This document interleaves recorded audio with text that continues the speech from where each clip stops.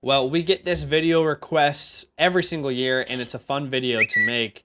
We are going to compare and draft the 2023 versus the 2024 Oh boy. rookie classes. We'll be going back and forth, and this could be fun. If you are looking for trade options, maybe you'll see where we kind of value the 23 versus the 24 class. And it's let me tell you guys, it is very difficult to figure this out. We spent a lot of time preparing for this video, but Yeah. let's get straight to it. I'm going to give you the honor of the 101, Badaki. At the 101, you are up on the clock. You can draft the 23, the 24 class only. It is super flex. What are you doing? I think the 101 is consensus around the whole community, and I would have to say at the quarterback position that is CJ Stroud. Yes, What we're he on the same came page out there. and did his rookie year was absolutely phenomenal. He would easily be the 101, I would say right now, Yeah. over Caleb Williams, over Martin Harrison Jr. from what we know. So I'll take CJ Stroud here at the 101. 100% agree with you. In fact, if someone sent me the 101 for CJ Stroud, I'd laugh at them. Say, ha, silly man, what are you doing? Or woman. You know, everyone can play. All right, I am up at the 102, and this is where I'll take the 101 in 2024. I'll go Caleb Williams here, Superflex League. Makes sense. I personally think there's an argument for a wide receiver here as well, but I'm going to go ahead and grab Caleb Williams. I haven't seen a mock draft from anyone in the draft community where he isn't going number one to the Bears. And that almost feels like a foregone conclusion. Anything can happen. Things can change. A team could trade up to number one. They could go Drake May at number one instead, and he could be a commander. But regardless, he's going to be one of the first two picks in the NFL draft. I think there's a lot of prospect fatigue with a name like Caleb. You know, when we were watching his film, you and I both said when we were done, we were like, why are people fatigued with Caleb Williams? He is still one of the best prospects we've ever seen at the quarterback position. Of course, who knows what's going to happen? Anyone can bust, but I'm going to take him at the 102 here in the Superflex format. Yeah, and talking about, prospect fatigue, I think this is another player here. You said a wide receiver can go at the 102, and that is Martin Harrison Jr. I'll take him here at the 103.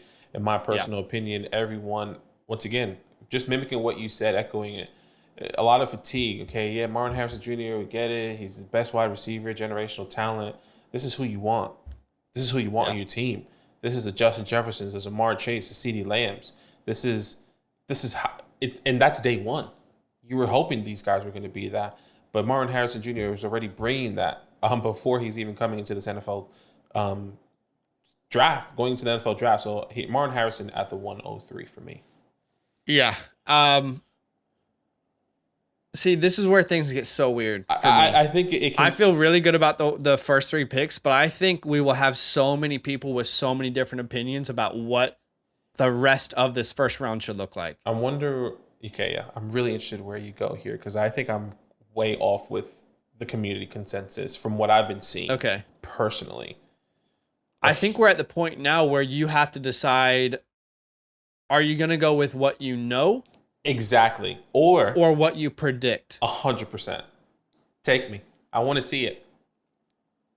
And I don't know. I do not know. This right here, this point of the draft pissed me off the most when I was preparing yesterday. I had no idea what to do. Take me there. Okay. Just do it. Just do it. I'm going to take a leap of faith. No, I'm not. I'm going to be scared. I'm going to take Puka Nacua here. Okay. I'm going to take Puka Nacua off the board. Okay. I'm going to let you take a leap of faith if you probably want to, but I'll take Puka. My wide receiver 5 in my Dynasty rankings right now. No one in the history of the NFL has ever done what Puka Nacua just did. And if we're only going to attribute his success to Matthew Stafford, I think that is short-sighted. I don't think that's giving this player credit, a player that everyone missed on. People are going to talk about the 5th round draft capital. Guys, if you redid the 2023 NFL draft today, you think Puka Nacua is getting out of the top 15 of the first round? No. He's just not. If you redid the draft today, and no disrespect to this player, is Quentin Johnson going in the first round? No. He's probably not going to the 5th. And that's what I'm saying is like when someone shows you who they are, believe them. Puka Nacua has shown me who he is. No one in the history of the NFL has done it. And if he was a first round pick, we wouldn't even be talking about it. So I'm going to take Puka at the 104. I'm scared here. I'm scared. I'm going Puka. No, Going with what I know. Going with what you know, and I think that's is what's exciting. I'm going to go with what I'm predicting, and I think a lot of people aren't going to like this pick. But I think if you were to put him in last year's draft, he probably would have went over the quarterbacks that we've talked about, even C.J. Stroud, before we knew what we know. As a prospect. As a prospect. And it's, for me personally, I don't know where you have him. That's Drake May. Yeah, okay. I personally think that if Drake May, like, and we've spoken about this, if Drake May was in the class with C.J. Stroud, Anthony Richardson, Bryce Young, he would have been above all those guys as a prospect, which means that I am hoping and projecting that the landing spots that he's going to go to is going to excel. Now, he can go anywhere from the 105 to the 109 in this mock draft. And I think that is what's scary when projecting versus what I know. So I'll take the quarterback, and I'm thinking of this as a super flex type of mock draft as well. I'm not sure how you are envisioning I get this. That. So I'm going to take obviously, Drake May. super flex. Yeah, I'm taking Drake super May. Flex. Like I said, it's what I know versus what I project, and I totally get it. You're 100% right, and some people will not be able to understand the nuance. Like some people are so black and white. Like, no way C.J. Stroud goes behind these guys. It's like, well, as a prospect, take away everything we know this year. Only as prospects, May and Caleb Williams go ahead of any quarterback last year. Would that have been the right choice? Obviously not. C.J. Stroud's a star, but they would have gone ahead of them. So I get it from the perspective of like our expectations for these players. Yeah. All right. So, good God, there's so many ways I could go. It's scary. Here. It's scary. Could go anywhere here. Yeah. I have said from day one that I believe Marvin Harrison Jr. is not the only elite wide receiver talent in the 2024 class. Okay. I believe also Malik Neighbors is in that conversation. So I'm going to take him at the 106. And honestly, from the 102 onwards, I really wholeheartedly believe that you could have put this in any order and I wouldn't have thought it was crazy. Mm-hmm. That's what's hard about this. Mm-hmm. I really wholeheartedly believe you could have put the 102 to the 106 in any order and I would have been like, yeah, okay. I can totally see that. I can see how that makes sense. So I'm going to take Malik Neighbors off the board here. I really do believe there's a little Antonio Brown to his game. There's a little DJ Moore plus, a little Reggie Wayne to his game. He's a ridiculous route runner, better after the catch than Puka Nacua, than Marvin Harrison Jr. He's going to be a top 5 or 6 pick in the NFL draft. I'll take him here at the 106. The Blitnikoff winner's off the board. What are you doing at the one? Oh, did he win the Blitnikoff? Or was that Marvin? I can't remember. Anyway, he was up there. You're at the 107. He was up there. Okay. At the 107, I'm going back to the 23 class. Okay. Back at the quarterback position. And I'm going to take Anthony Richardson here at the 107. Sure. We haven't seen too much of him when he played 4 games out of the, this whole season. Week 1, we see him have a phenomenal 20, 22 plus point game, finish as a top 5 RB. We were like, okay, this is it with Anthony Richardson. Not only in the air, but on the ground. And then he gets injured. And then he comes back and he does the same thing again in week 4 where he finishes as a QB2. This could go any way with Anthony Richardson because I know a lot of people are saying, oh, what about the other quarterback in 2024? I think I've seen a little bit more from Anthony Richardson. This is going off of what I know versus than what I am projecting and the landing spot that I feel really comfortable with Anthony Richardson here. So I'll take him at the 107. Yeah, I really struggled with Jaden Daniels and Anthony Richardson as well. They kind of bring the same really thing. Tough call for me. They bring the same thing a little bit. Sorry to interrupt, but Anthony Richardson, I think I gave him the edge because of the size, speed that he brings, and what I saw out of him in the 4 minimum games that we have. But Jaden Daniels' ceiling could be as high as what Anthony Richardson was coming in, by the way. Anyway, sorry to interrupt. Go for it. No, I hear you. I mean, look, if you're... Anthony Richardson is the best athlete the NFL has ever seen at the quarterback position. Just, it's true. He's the best athlete ever to play quarterback. But I actually have Jaden Daniels ahead of him in my rankings personally. And obviously I'm a little bit higher on Jaden Daniels than the average person. But if you're talking about playing the quarterback position, Jaden Daniels is a better quarterback coming out of college than Anthony Richardson. Now, who knows what Anthony Richardson's ceiling is. If he can develop as a passer, then there is no ceiling. It doesn't exist. What we do know is that Anthony Richardson, the 4 games that he played, he completed under 60% of his passes. Right. That was a huge concern coming out of Florida. The inconsistencies were all over the place in his passing. And with Jaden Daniels, we're talking about a guy who threw 40 touchdowns, 5 interceptions, was top 5 in the fewest turnover-worthy plays, took care of the ball, had 2 back-to-back 1,000-yard rushing seasons with over 10 rushing touchdowns. The only player in college football history to have 350-plus passing yards and 200-plus rushing yards in a single game against the SEC. So Jaden Daniels, I give the edge slightly over Anthony Richardson just because I think he plays the quarterback position better. But there's absolutely an argument to be made that Anthony Richardson has a higher ceiling, so I totally get that. I mean, think about it. The 2 games where Anthony Richardson was healthy and actually finished, he was averaging quarterback 1 finish in those 2 games.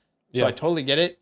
I give Daniels just a slight edge. I actually have Daniels personally right ahead of May, right ahead of A-Rich.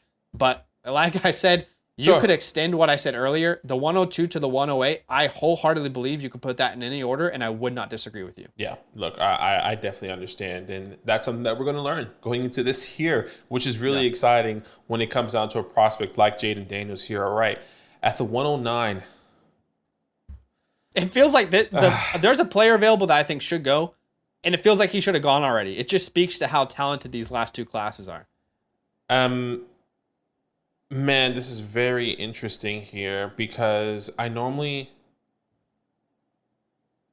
at the 109, I'm going to go running back. 100%. It should be. Yeah, and that's going to be Bijan Robinson. Okay. Bijan Robinson, the best prospect when he came in since Saquon Barkley, an elite top 8 pick in the NFL draft at the running back position, which feels like taboo in the NFL, where you shouldn't be taking a running back that high. He goes here at the 109 for me. He goes obviously with the Atlanta Falcons, finishes a top 8 running back.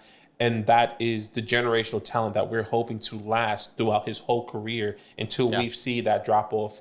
I mean, we've seen CMC and he still has that tag on him where he was a phenomenal running back. Can that be the same pathway for Bijan Robinson in a fantasy perspective, right? So I'll take him here at the 109, which makes sense. Yeah, I'll take Gibbs right after you. And I don't care what order it is, but those 2 running backs, I felt like it was a clear, like they have to be in that top 10. Mm-hmm. Put them wherever you want, but they got to be in that top 10.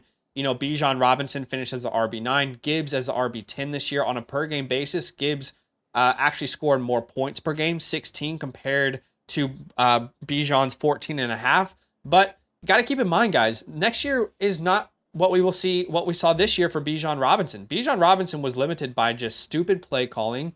Mm-hmm. We've seen it year after year for Arthur Smith not using his superstars that he drafted in the first round the right way, but yet somehow Bijan still had over 1,400 all-purpose yards, and he scored 14.5 points per game despite that one game where he played 1 snap because he had a headache.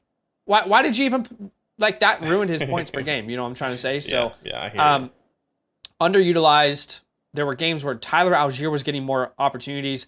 Whoever the offensive coordinator is coming in, Bijan Robinson is going to be a different player in 2023. And I don't personally believe if anyone has actually watched Bijan play in the NFL that they could say Gibbs is in a tier above him.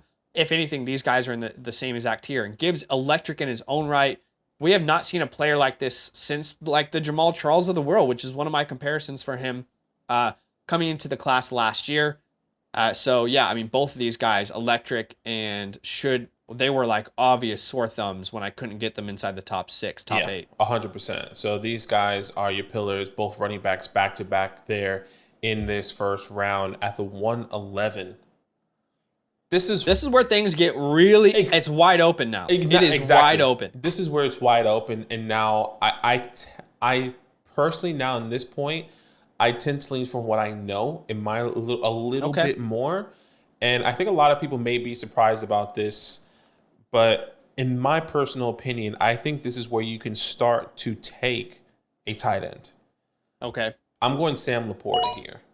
All right. Sam Laporta. has broken rookie records, finished as a tight end 1. No one was expecting that. And I think he solidified himself now to be the tight end 1 in Dynasty long term. I think maybe this is very high praise, but I personally believe he is a new Travis Kelce for fantasy. He is somebody that is going to be consistent throughout his career with Jared Goff, which I believe is going to get a long-term contract extension, who is potentially, I'm believing, to win the Super Bowl as well. Like Sam Laporta here is going to come in and change your team.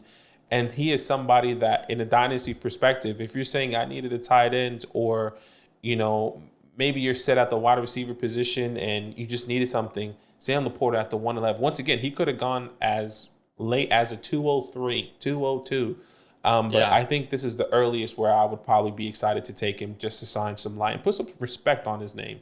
Mm-hmm. I think you make a great point. Why wouldn't he be a great pick here? Why wouldn't he be a great pick? Because he's a tight end. That's what I was about to go into. Yeah. Like, it's because people don't like valuing tight ends. I personally had him ranked at the 202, so there was some players I would have taken ahead of him. But I think you make a very valid point. He finished as the tight end 1 as a rookie. I don't even know if that's ever happened before. Yeah, I actually don't know. Now that I think about it, I'm not even sure if a rookie has ever finished as a tight end 1. That's a good question. Now, obviously, it was a really down year for tight ends. Like, no one averaged over 14.6 points per game. On a per game basis, Laporta was number 3. The touchdowns were crazy. He had 10. No one else had more than 6. So who knows if that is replicable, but it seems like he is a very reliable option in the red zone for Goff. By the way. Totally. That was what Jahmyr Gibbs added to this offense. Yeah. Anyway. So he seems safe. The only reason I wasn't going to go there is because I think there are higher upside players still on the board. That's fair. But I don't think it's the wrong move. I'm just saying some people, maybe I'm an idiot. Maybe it's like, it doesn't matter if it's tight end. Take him.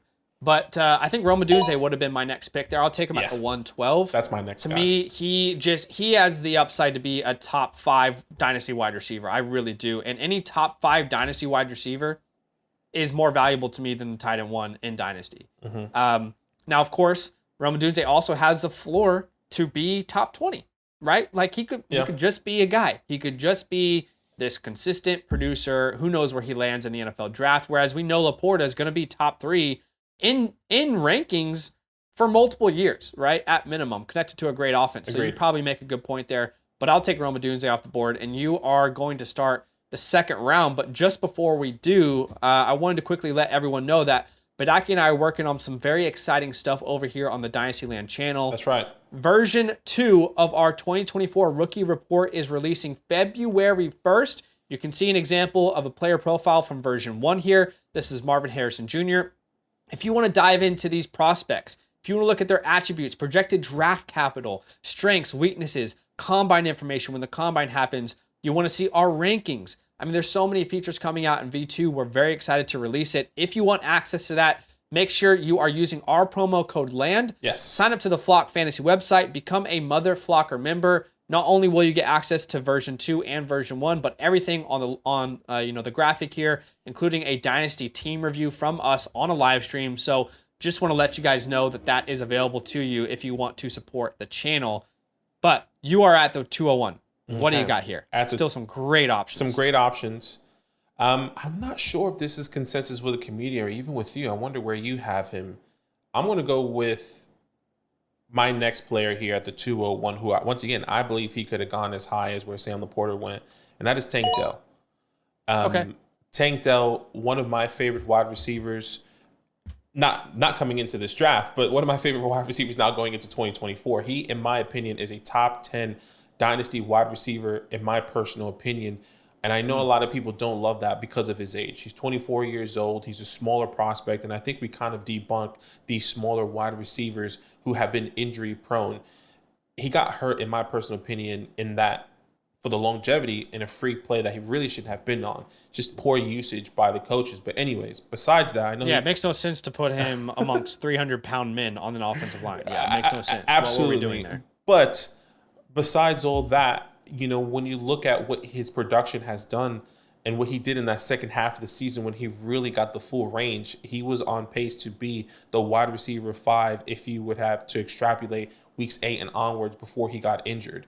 That's really exciting to me with an elite quarterback who we have here as the 101. So you're telling me you don't want Tank Dell because of his size, but he's connected to the 101 compared to the 2023 and 2024 class? I want somebody in that offense. So Tank Dell here at the 201, I think, is a phenomenal value. You and I, we talked about this in the offseason. We took size out of our scouting process completely. Size does not go into our scouting grades anymore. Mm-hmm. And guys like Tank Dell, Zay Flowers, all these small guys in the NFL who are succeeding, they were a big reason as to why. It's a different game than it was. You don't got to be 6'4", 215 to be good in the NFL. He was ranked as my 204, so just a little bit early for me. But like I said, it makes sense. Mm-hmm. You guys know Badaki's a huge Tank Dell guy. I actually would go for a different wide receiver in the 2023 class. That is Rashee Rice. Rashee Rice in this exercise was ranked as my 112. I will take him off the board. A lot of people do not realize the transition that happened for Rashee Rice after the Chiefs bye week. Coming after the bye week, Rashee Rice turned into a full-time player. He was not a full-time player before that. That is not uncommon for rookie wide receivers. From week 11 onwards, Rashee Rice averaged more points per game than Calvin Ridley, Mike Evans, Michael Pittman Jr., Brandon Ayuk, Devonta Smith, DK Metcalf, Tank Dell, Chris Olave, Jalen Waddle, Cooper Kupp, T. Higgins. The list goes on and on and on. He was averaging 17 points per game. From week 11 onwards, he was the number one targeted player on the Chiefs, the number one producer, the number one red zone threat. And, he's attached to Patrick Mahomes. I've said this in a couple of videos this week, but we have always asked the question, what if this rookie becomes Patrick Mahomes' favorite weapon of the future? It's already happened with Rashee Rice, and he's doing big things in the playoffs as well. So I'll take Rashee Rice at the 202 here. Okay, Rashee Rice at the 202. Let's go back to 2024. I think this is where, in my personal opinion, my second tight end in my rankings can go. Not sure where you have him. I think Brock Bowers, we talk about him. Another player that has prospect fatigue in the likes. The same with Caleb Williams, Amari Harrison Jr. This is the best collegiate tight end, I think, since Kyle Pitts. Amongst everything, right? And I think when you think of Brock Bowers here, who's projected at the moment to be a top 5, top 8 consensus pick in the NFL draft at the moment, I don't see how he can go past the 205 in within amongst these guys that we have been drafting so far here. So once again, it feels a little bit early because he's a quote-unquote tight end. But if you're telling me that this guy can produce the Sam Laportas, the Travis Kelce, the TJ Hawkinson type of production in his career, once again, projecting, I think this is where he starts to go, and we shouldn't, overlook him. Love Brock Bowers. Tight ends, just so hard to trust, but it makes a lot of sense. Some people will have scars from drafting Kyle Pitts, right? Yeah. I don't think that we should activate that way. I think this is a great pick. Brock Bowers is ranked as my 203 in this process, but I do have someone ahead of him still available on the board. And this is another play that you and I have just seen differently from day one. I've always been the Devon Achane guy. That's fair. I think he's getting a little bit too much disrespect in this. He's ranked as my 201. I get him at the 204. Devon Achane, there was not a more efficient player in the entire NFL this year. There just wasn't than Devon Achane. Mm-hmm. Across the board, you look at efficiency, fantasy points per touch, Devon Achane is a ridiculously efficient player. Every time he touches the ball, it's like this guy could score a touchdown from anywhere. On any play, any design, in the air, on the ground, he can score a touchdown. Now, he averaged the 5th most points per game, 17.3. You know what's funny? He averaged more points per game than Jahmyr Gibbs. He averaged more points per game than Bijan Robinson. And he did it in a part-time role. So if you got any concerns about him being a part-time player, He already averaged more points per game than all those guys as a part-time player. What happens if he gets more opportunities, which we probably expect him to? He averaged 7.8 yards per carry. Sheesh. Do you understand how crazy that is? It's 10 yards for a first down. On average, when this guy is getting the ball, he's getting a first down every 2 plays. He's getting 80% of a first down on the first play. Insane. Just absolute insanity, ridiculous explosiveness. If anyone is the closest to Chris Johnson, since Chris Johnson was in this league, he graced us with his presence as a Tennessee Titan. Achane is the closest thing we have seen since that player. So obviously, I get it. People are concerned about the injury. He's a smaller player, but I'm going to take him here at the 204. 204. Look, that makes sense here. Sorry, I know I'm interrupting, but scarcity of the position bumps him up a lot for me. There are like 8 running backs I feel good about heading into next year. Achane's one of those, and I think those are so valuable. Yeah, look, anything can happen there with Devon. I was a little bit wrong, but let's see what my worry is still looming. We were all wrong on some things, right? Bryce Young is a burger right now, but of course he had no one to help him. But he does he's a great buy though. Anyway, that's not the point. No, and genuinely speaking of that, I think this is where I'll take Bryce Young. Wow. And I'm giving him love because this is a super flex. In my mind, this is a super flex league. He went with the 101 overall pick in the NFL draft. Now, you probably could have taken him significantly later with the value that's on the board. I agree. But if Bryce Young is a talent that we still hope and expect with a new head coach, a new regime, a new GM that's going to come in and build around him, I think the talent's there for Bryce Young. He just didn't have the help around him. And if you're telling me that, look, this could be a bust, I completely get it. But I'm still going with the belief and understanding of what he can be in the NFL, because this is what we were projecting. Everyone before we knew what we know with Bryce Young, he would have went higher, right? He would have went probably ahead of Jaden Daniels, ahead of Anthony Richardson. He would have went right probably at the 107 before we knew what we knew. Now I understand we know what we know, but I don't think that's all of his fault. He had no time in the pocket. He has his number one wide receiver who's 33 years old and Adam Thielen. How can they build around him better with a new head coach? His head coach gets fired in the middle of the season. I mean, the talent's there, and I'm going to show him love here at if I'm not mistaken, the 205. Once again, I know I could have gone a couple different ways. Yeah. But, man, I get it. I get it. I get why this might be a bit early, but I'm giving him the benefit of the doubt because of the talent. Hey, who knows? In a year from now, maybe this is a steal. For me, I think this is the first time you and I have not been really on the same page. I think that's a little too early for me. That's fair. He's ranked as my 211, and I totally hear where you're coming from. Let's get on the same page here. Mm-hmm. People who say Bryce Young is a bust, unfair. Completely unfair. Completely.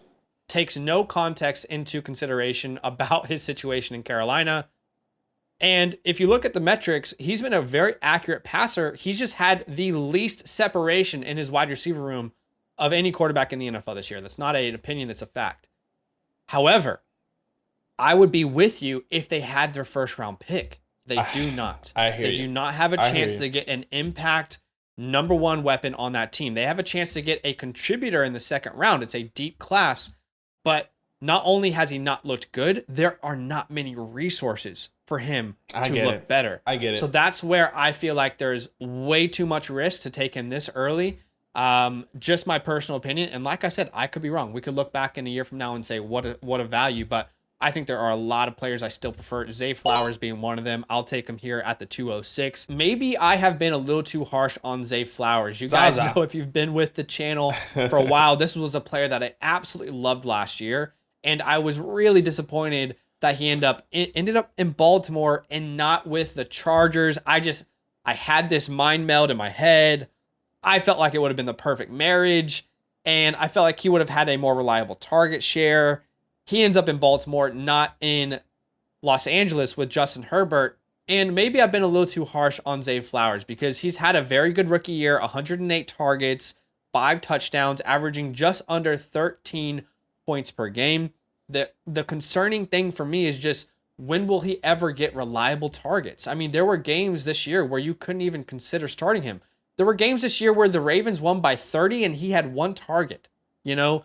So I love this player. I'm going to bet on him long term. I'm going to bet on OBJ retiring, Rashad Bateman getting less opportunities moving forward, and in the second year, Zay Flowers taking a bigger step in an offense that he can be the number 1 weapon in. Mark Andrews goes down with an injury. It's not as bad. He'll probably be the number 1 guy, but I'm just going to bet on the talent and what I've seen here in year 1. Zay Flowers, a talented player. I just wish he was in a situation with more opportunities. Yeah, look, completely agree.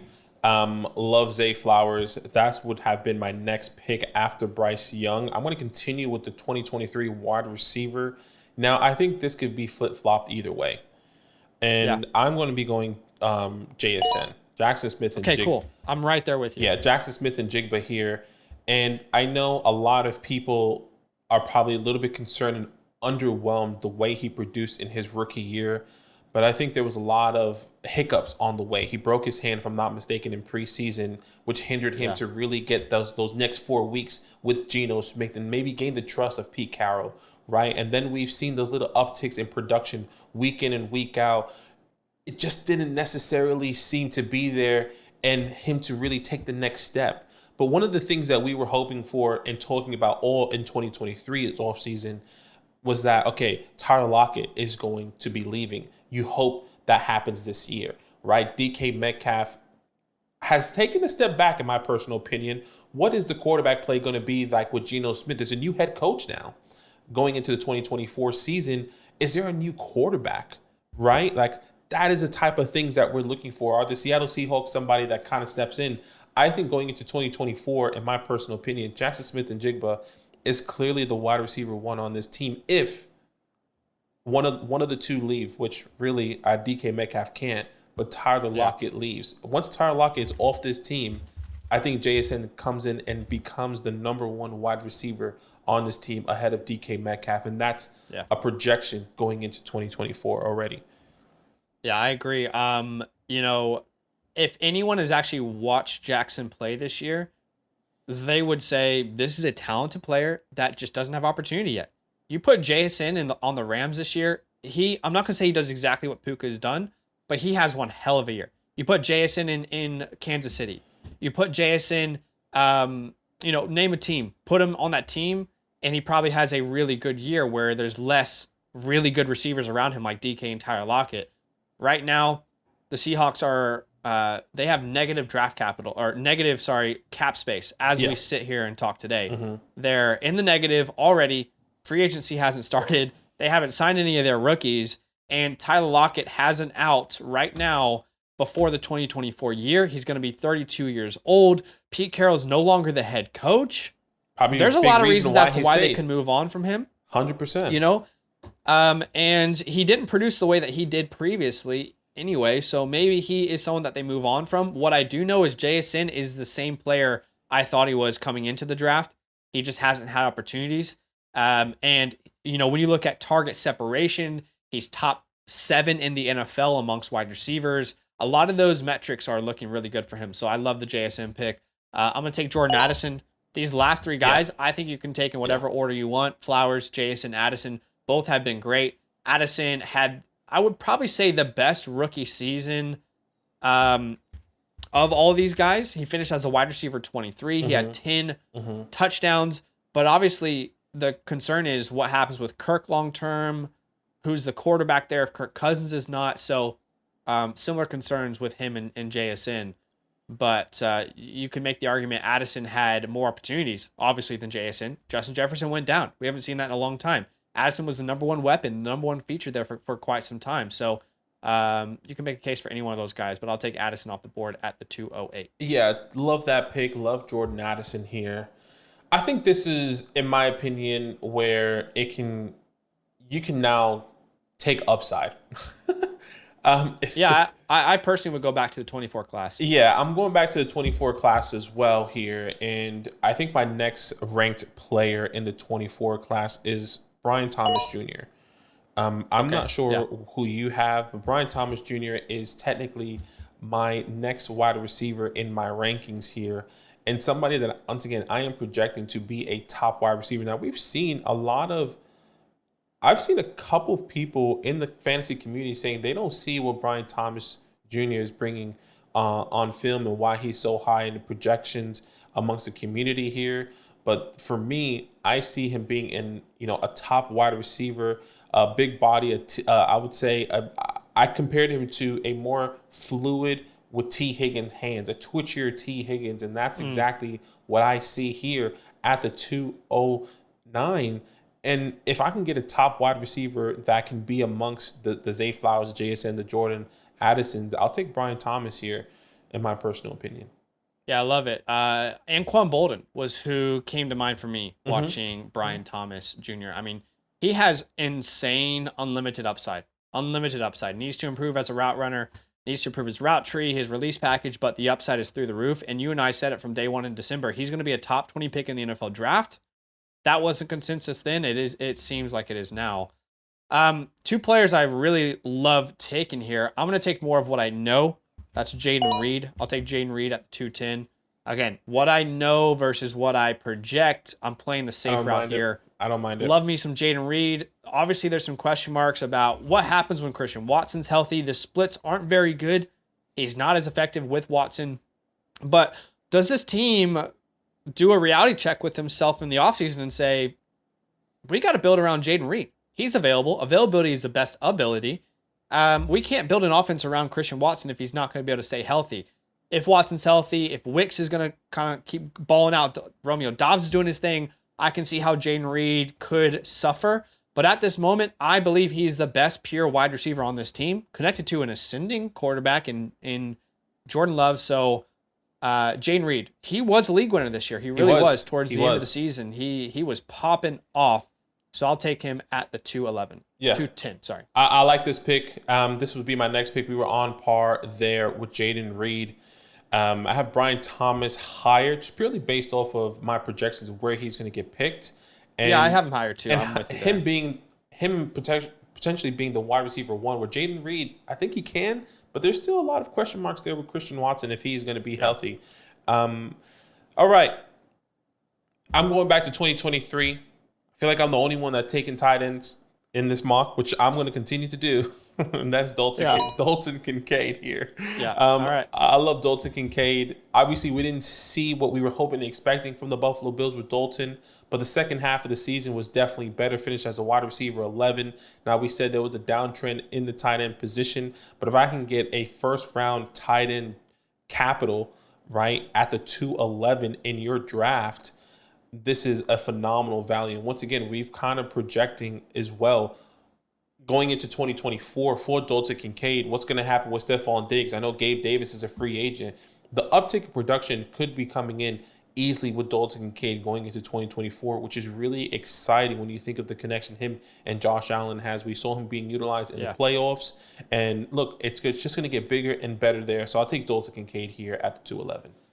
Yeah, Kincaid is so, it's so interesting because if Sam Laporta didn't exist, everyone would love Kincaid. He finished as a tight end 11. Mm-hmm. Yeah. That's impressive. We don't typically see that for rookie tight ends. Mm-hmm. So it makes sense. The concerning part is the splits with Dawson Knox. I really did not think once this was out of the bag, because when Dawson Knox was down, Dalton Kincaid was balling out. Mm-hmm. I didn't think they'd put the mummy back into the box, you know what I mean? Dalton or the genie back into the bottle. But when Dawson Knox was out there, it was weird. Like they were using him just as much. That's what's concerning to me. But they love the two tight ends set. And I get it. Yeah, they love the two tight ends set where Dawson Knox is a great blocker, which kind of hinders him because once he blocks, he leaks out, and then Josh Allen just always finds him. But I get what you're saying. I don't think Kincaid's a bad pick at all. I just have another receiver in the same tier as Brian Thomas Jr. That's fine. In this class. That's Troy Franklin. So I will take him at the 212. And, he is starting to lose faith from the draft community. I hope that's not the case. I hope people are still going to keep faith in him. But I think he's a very talented player, an underrated route runner, ridiculous release package. Very, very good off the line of scrimmage, explosive player. A little Jamison Williams to his game, a little Devonta Smith, little Deshaun Jackson. I love that player. I'll take him at the 212. But Aki, I think we should quick fire. I'm saying like Twitter, 15 to 30 second takes through the third round. guys, we can't let this video be like an hour and a half. So let's quick fire. And you and I have to go to a stream right now anyway. So let's quick fire through the third round. You're at the 301. Go ahead. 301 here. I am going to be going. Let's go running back. Okay. I'm going to go with my guy in the 2024 class, Jonathan Brooks. Projecting. I know he tore his ACL. Okay. I'm really excited about him. I think he is still, or he is my consensus, my running back one in the 2024 class, even with a torn ACL. I believe he gets the draft capital. Yeah, I would go Bo Nix here. This is just a projection that he gets, top 40 selection, Superflex League, player I like. I'll go Bo Nix there. I love that. Love that pick here. Excuse me. Okay, next one, I'll go with another running back. I'll take my second one, Trey Benson. I think where you see a lot of running backs here. Trey Benson, my RB2 here. Once again, the draft capital projecting what that could be, and I'll take him one here at the 203 or 303. Little early for me. I do like those running backs, but I think the wide receiver room is so deep in 2024. So we might see that a little bit differently. But again, another quarterback that currently projected around the middle of the first round. I'll take J.J. McCarthy off the board. Superflex League. You can hate on this player. It makes sense if you hate him. But I'll take him there at the 304. You're on the clock. That makes sense. All right, I'll go to the 2024 class. This is where I'll see Xavier Worthy going off the board. Explosive wide receiver that can take the top off the defense and play the slot wide receiver. I'll take him here. All right, my 302 in my rankings still available. This is sneaky. I think people should pay attention here. Tajay Spears. You need to go trade for Tajay Spears if he's available in your league. He has a chance to be this year's Rachaad White. I made a video about that. A player who is going to step into a lot of opportunities. The offense is changing. A good pass catching back. Derrick Henry is a free agent. I think Tajay Spears is a great value in Dynasty Leagues right now. I'll take him at the 306. Okay, I'll go back to 2023. I think this one's sneaky, and that's brother Will Levis. Yeah, that was my next pick too. Another quarterback off the board. Once again, a super flex, pathway. Does he get a top wide receiver like a Brian Thomas, like a Roma Dunze that can fall to the Tennessee Titans? He has DeAndre Hopkins here, new head coach from the Cincinnati Bengals, offensive coordinator who has been with Joe Burrow. Will Levis could have a decent future if everything goes right for him. Yeah, risky player, but it's definitely worth it here in a super flex league. I'm going to go with one of my favorite sleeper wide receivers in the 2024 class. We're going to grab Ladd McConkey off the board here at the 308. Ridiculous separation ability. I call him Ladd the space creator because that's all he does. All he does is get open and catch the freaking football and dynamic after the catch. So I'll take him there. Okay. Where can I go here? I'll take my wide receiver. I wanted to see where he'll fall, but I'll take Xavier Leggett here in this mock draft. Another big wide receiver that I really like, DK Metcalf, S type of body. He's projected to be a second-round pick. I think he can go into the end of the first. All depends. Maybe he falls to Chiefs or the Bills. That could be really exciting. All right, I'm going to grab Adonai Mitchell here. Adonai Mitchell comes off the board.